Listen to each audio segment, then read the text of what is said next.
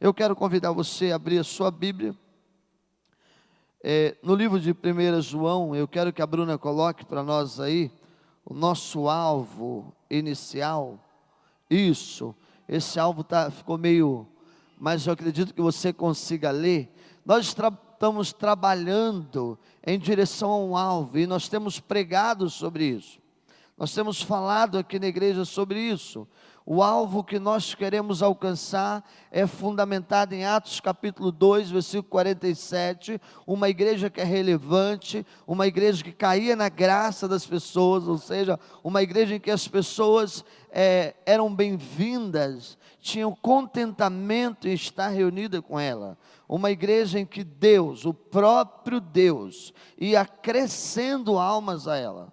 O texto bíblico diz que a igreja de Atos era uma igreja que caía na graça das pessoas e que o próprio Deus ia salvando vida no meio desta igreja. Nós não queremos, irmãos, criar um modelo de igreja, nós não queremos criar mais um formato de igreja. O que nós precisamos é ser igreja, não é isso? Nós não precisamos de um modelo de igreja, nós precisamos ser igreja. Ser igreja é ser pessoas lavadas, remidas no sangue do Senhor, transformada pelo poder do Espírito Santo, transformada pelo poder do reino de Jesus, que geram discípulos a partir da sua maneira de ser, a partir da sua maneira de viver.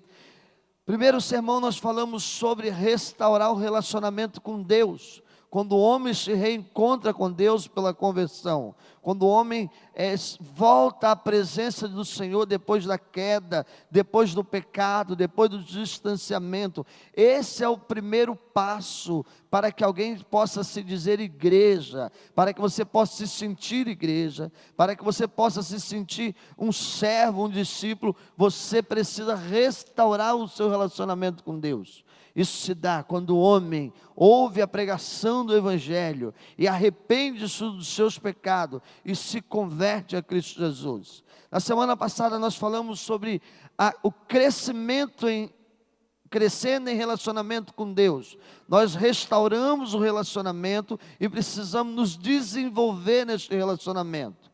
Para isso nós falamos de 3 pilares fundamentais que nós precisamos viver se queremos crescer em relacionamento com Deus. O primeiro pilar que nós falamos, de Atos 2,42, encontra em perseverar no Senhor. A igreja primitiva era uma igreja que perseverava em meio às lutas, em meio aos problemas, em meio à dificuldade. Era uma igreja que perseverava, permanecia no Senhor, indiferente aos problemas, indiferente às lutas. Falando de um outro pilar que é o ensino. O ensino precisa ser importantíssimo na vida da igreja. O aprendizado da Escritura Sagrada precisa ser algo fundamental na vida da igreja. O aprender das coisas de Deus precisa ser fundamental. A Bíblia diz que a igreja primitiva perseverava no ensino dos apóstolos, perseverava nas doutrinas dos apóstolos, eles perseveravam no conhecimento das coisas concernentes ao reino de Deus. E a terceira coisa desses pilares que falamos é que a igreja que tem um relacionamento restaurado com Deus precisa perseverar, precisa aprender de Deus e precisa aplicar, praticar, viver essas coisas, para que o conhecimento não seja apenas uma teoria, algo teórico, mas que no dia a dia, você, possamos fazer isso de forma prática. E hoje eu quero pensar com você, restaurando os relacionamentos interpessoal. Passa para mim, Bruna. E eu quero ler com você 1 João 4:20. Vamos ler todos numa só voz? Vamos ler juntos? Se alguém diz: eu amo a Deus e odeia seu irmão, é mentiroso. Pois quem não ama a seu irmão, a qual viu, como pode amar a Deus a quem não viu?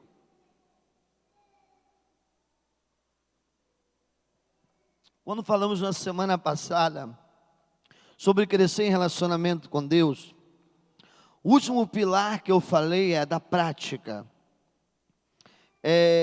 A igreja precisa tirar fazer com que os conhecimentos, o ensino, seja aplicado no seu dia a dia.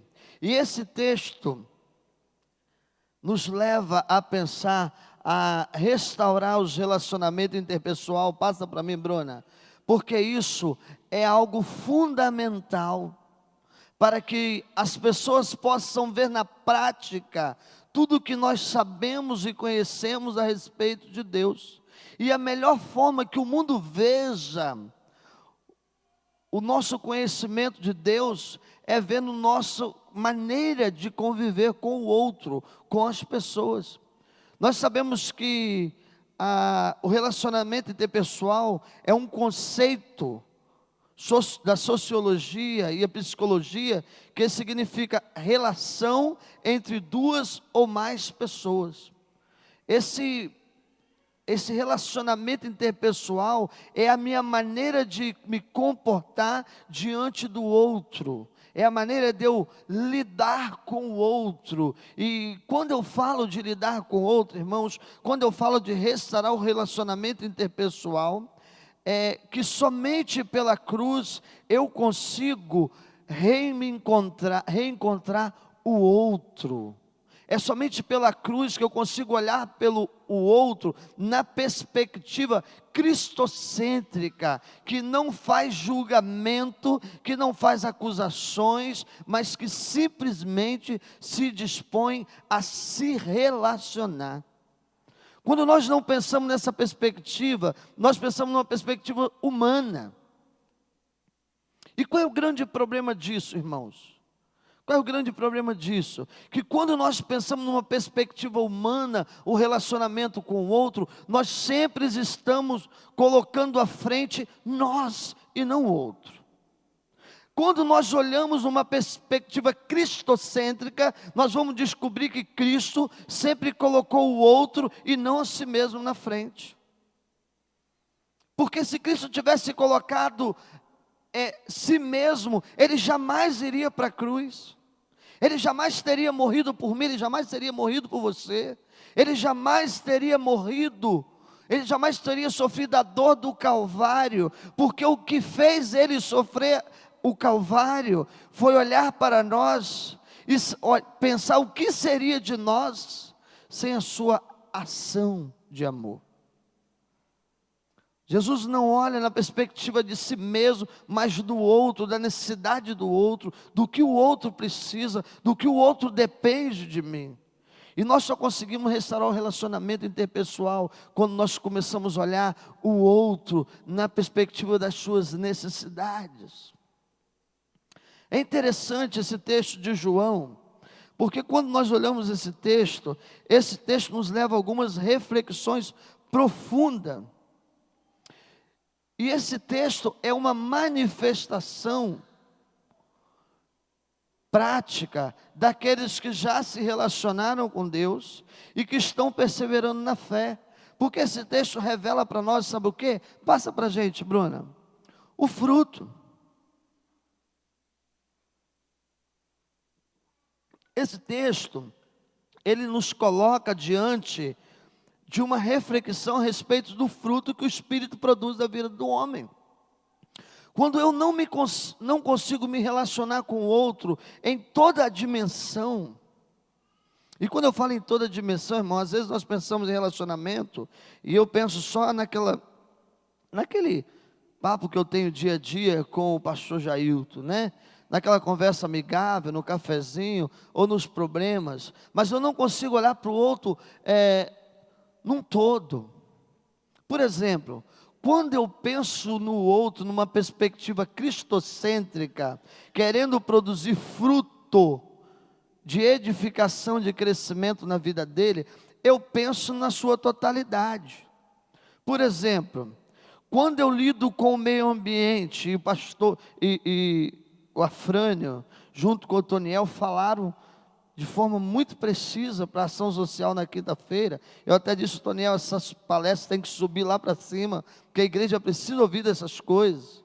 Quando eu lido com o meio ambiente, sem comprometimento, sem seriedade, sem saber nas consequências das minhas ações, eu estou sendo coerente com o outro? Não, eu estou sendo incoerente. Quando eu não olho para o meu ambiente, eu penso o que vai ser dos meus filhos, o que vai ser dos filhos do meu amigo, o que vai ser da nossa cidade. Eu não estou me preocupando com os meus relacionamentos interpessoal, porque eu estou preocupado simplesmente comigo mesmo. Agora, como igreja, a igreja precisa se pensar nos relacionamentos interpessoal na perspectiva cristocêntrica, desse relacionamento restaurado, em que Cristo faz nova todas as coisas. O homem que foi expulso do jardim, o homem que foi tirado, que antes tinha sido colocado. Vocês lembram por que o homem foi colocado no jardim, pastor Jailton? Para cuidar. E agora o homem, por conta do pecado, ele é tirado do Éden. Mas preste atenção nisso aqui, na restauração do relacionamento. Quando o homem reencontra com Cristo, ele é trago de volta ao jardim, na perspectiva do cuidado. E aonde está o jardim? Na tua casa, meu irmão. É o teu ambiente, é teu mundo. E você é colocado ali, sabe para quê? Para zelar e para cuidar, não é isso, Afrânio? Os nossos rios, nossos ambientes. Nós somos colocados de volta no projeto inicial de Deus, porque agora o homem está sendo refeito à imagem e semelhança de Deus. Irmãos, nós precisamos entender essas coisas, de forma que isso mude a nossa vida. Pastor, por que o senhor está pregando disso? Porque isso é direcionamento para a vida da igreja.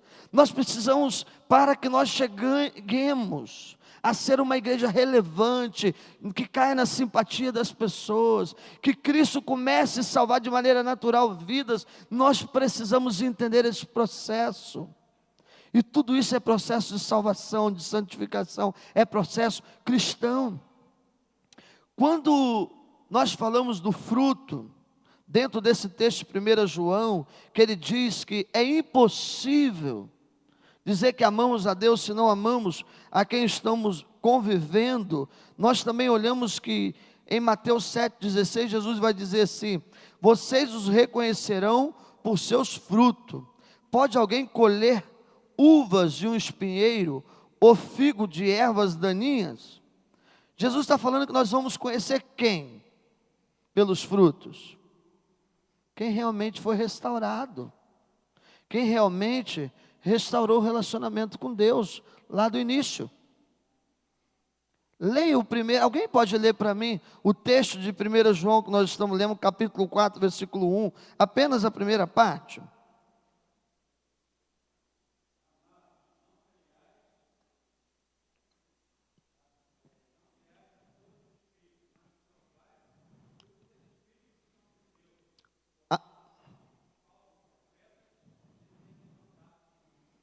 Amém. Obrigado, Enoque. Abrindo um parênteses, estou feliz da presença do Enoque, um amigo lá do Rio de Janeiro. Estou feliz pela sua presença no meio da gente. Queridos, o texto que nós estamos lendo é de 1 João capítulo 4. E João inicia esse texto dizendo assim, numa linguagem nossa: provai se verdadeiramente o Espírito que habita neles é de Deus. Claro, ele está falando de falsos profetas, mas ele está dizendo assim que muitos se levantarão em nome de Deus, mas não são de Deus. O início desse capítulo é: olhem para o fruto e perceba se o Espírito que realmente está nele é de Deus. Porque o fruto nos leva a uma reflexão, se nós realmente estamos perseverando nos ensinos de Deus. Exemplo prático disso: quando nós fundamentamos e passamos por essa pirâmide do ensino das coisas de Deus, nós vamos encontrar amor, perdão, santificação e por aí vai. E quando você se depara com alguém que diz não ao perdão, que diz não à santificação, que diz não ao relacionamento, esse alguém está dizendo não aos ensinos de Deus, não de homens, de Deus. Esse alguém está dizendo não às doutrinas bíblicas. E o texto está dizendo: provai para ver se o Espírito que habita nesse é de Deus. Provai os seus frutos. E a forma que João diz que nós devemos provar é ver se há amor uns para com os outros, se há cuidado uns para com os outros. Quando nós olhamos para esse texto também nos leva a pensar sobre a questão da obediência. Passa para mim. Obediência a quê? A palavra, aos ensinos. Se não amamos, estamos negligenciando os ensinos. Se não amamos, não estamos perseverando nos ensinos. Se não amamos, não estamos vivendo a prática dessas coisas. E isso precisa nos levar a uma grande reflexão. Porque João 14,15 diz assim: se vocês me amam, obedecerão os meus mandamentos. E os meus mandamentos são quais? Amai uns aos outros. O principal destes mandamentos é amar. Esse texto nos leva a pensar, quando pensamos em restaurar o relacionamento interpessoal, precisamos refletir sobre a obediência, também na perspectiva de Lucas 6,46. Porque vocês me chamam Senhor, Senhor, e não fazem o que eu digo. Quando pensamos em restaurar os relacionamentos interpessoal, precisamos pensar a obediência nessa perspectiva. Por que é que vocês me chamam Senhor, Senhor, mas estão negligenciando as coisas que eu vos tenho ensinado? Isso é sério na nossa vida. Pastor, mas o que isso tem a ver com a gente? Querido, eu não estou dizendo que isso tem a ver com você diretamente, mas eu estou dizendo que uma igreja que tem um alvo a ser alcançado, ela precisa levar cada um que entra, que chega, a pensar nesse caminhar, a pensar nesse trilho. Primeiro, conversão, perseverança, aprendizado, prática, fruto, obediência.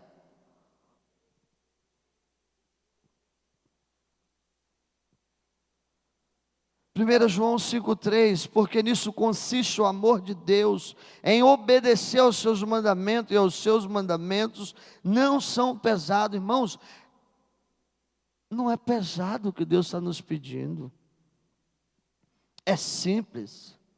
Sabe qual é o nosso problema, pastor Jailton? Que nós queremos fazer coisas difíceis, coisas simples, a gente não está a fim de fazer.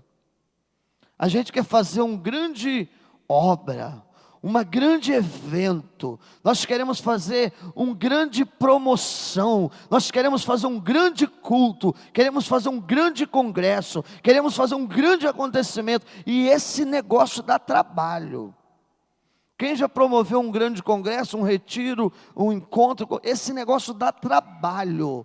Tem gente que perde noite de sono, tem gente que reclama, tem gente que fala que a música foi boa, o outro vai reclamar que a palavra não foi boa, e nós queremos essas coisas, mas amar nós não queremos. É tão simples amar, é tão mais fácil, amado, amar, perdoar, abraçar, chorar junto, se arrepender junto, mas isso nós não queremos. As coisas, o texto de 1 João 5,3 diz que os mandamentos de Deus, as ordens de Deus, não são pesadas. Pelo contrário, eles trazem alívio, libertação para a nossa alma. Às vezes nós queremos fazer um grande acontecimento e pagamos o preço, tá? Quando a gente fala que vai fazer, a gente faz, não é isso? Fazemos bem feito, investimos dinheiro, investimos tempo, mas amar não precisa de nada disso. Amar é viver na perspectiva de quem é Cristo na minha vida. Para que tudo isso? Para que refletir? Para que levar quem está chegando à igreja a pensar essas coisas? Por que temos que trilhar esse caminho? Coloca para mim, Bruna. Para saber se sigamos em frente ou se recuamos lá no primeiro ponto. O grande problema é que na maioria das vezes, pastor Jailton, nós estamos seguindo em frente, mesmo entendendo que quem chegou, quem está junto da gente, não passou pelo primeiro ponto, nem pelo segundo. Talvez até tenha passado pelo segundo, pelo primeiro. Talvez até tenha entregue a sua vida para Jesus, mas não se dispôs ainda a aprender de Deus, das coisas concernentes a Deus. E aí a igreja, quando ela faz isso, preste atenção nisso aqui, quando a igreja segue em frente, sem ver fruto de transformação, sem ver fruto de arrependimento, sem ver fruto de salvação, ela perde, amados, a sua voz profética, de denunciar o pecado, de dizer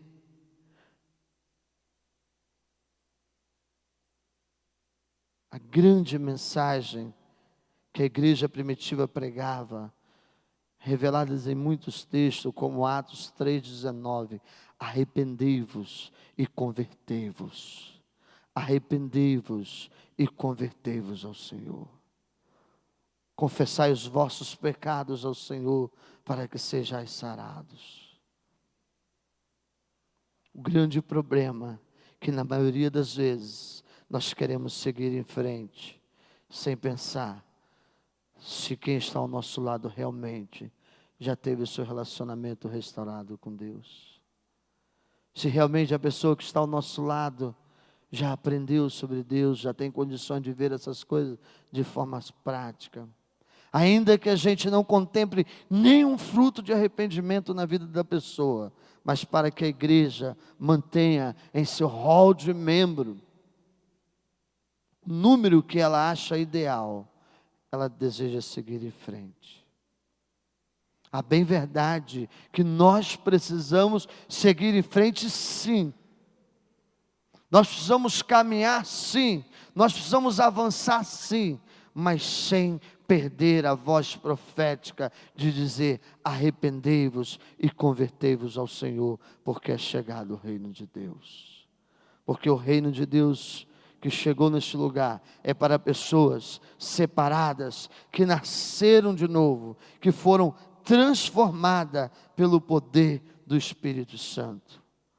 Por isso, Deus,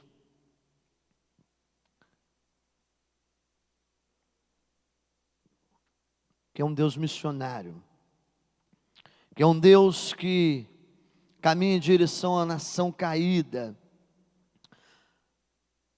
assim como enviou para preparar o caminho para a chegada de Jesus. A Bíblia diz que Deus enviou um homem chamado João. Deus enviou um homem chamado João para pregar a chegada de Jesus. Naquele tempo, naqueles dias, surgiu João Batista pregando no deserto da Judéia e dizia: arrependei-vos, porque o reino do céu está próximo. A igreja é enviada a dizer: arrependei-vos, porque o reino de Deus está próximo. Arrependei-vos, convertei-vos a Cristo, chorai-vos.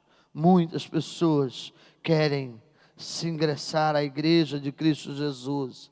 Muitas pessoas querem fazer parte sem entender o arrependimento, sem passar por esse processo de restauração da sua vida num todo, restaurando o relacionamento com Deus, crescendo em relacionamento com Deus e vivendo nos seus relacionamentos interpessoal. Muitas vezes as nossas grandes dificuldades de viver com o outro é porque nós não tratamos nem do relacionamento intrapessoal, que é entender a nossa própria vida diante de Deus. Eu vou repetir isso para você.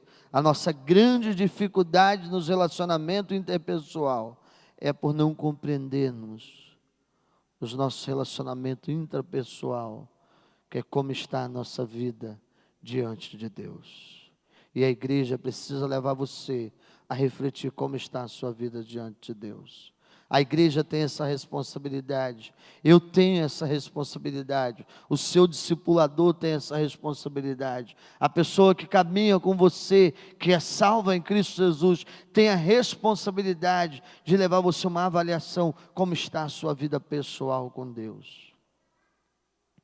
E que a partir disso, nós possamos sim, seguir em frente, mas certo de que houve conversão, houve aprendizado, e os frutos do reino são manifestos.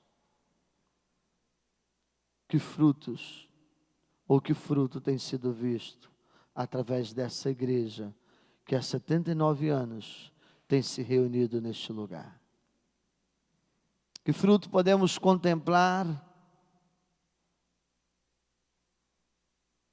na igreja que há 79 anos decidiu se reunir neste lugar? Eu quero finalizar essa mensagem e eu quero desafiar você a ler a sua pastoral, mas lendo o último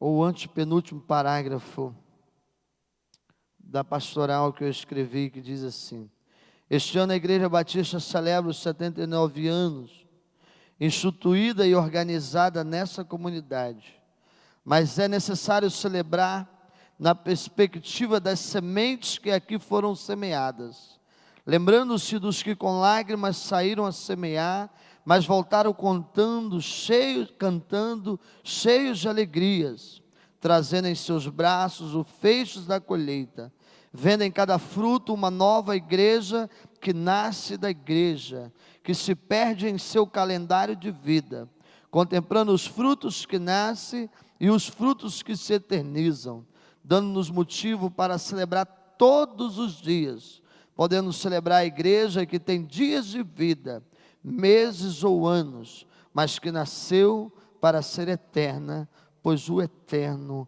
a gerou.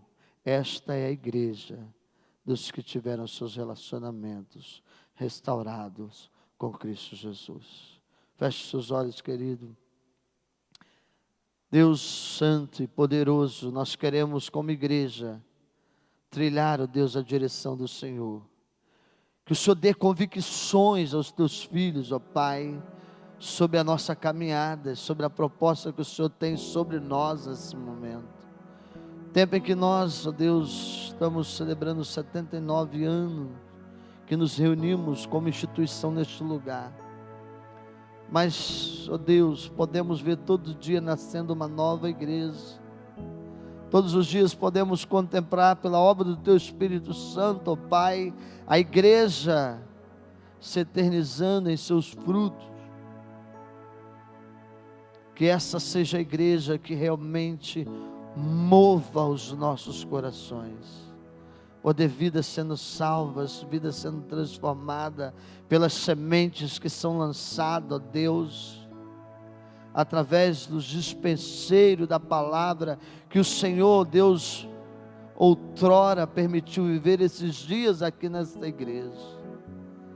Que nós tenhamos, ó Deus, muitos e muitos motivos para celebrar, e que o motivo seja vida transformada pelo poder do Teu Espírito Santo.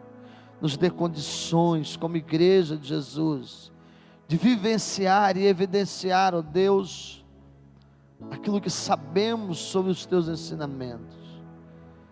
E que, ó Deus, nós possamos crescer em relacionamento um com o outro, porque isso é fruto, isso é obediência, isso é marca de quem é transformado pelo Teu Santo Espírito.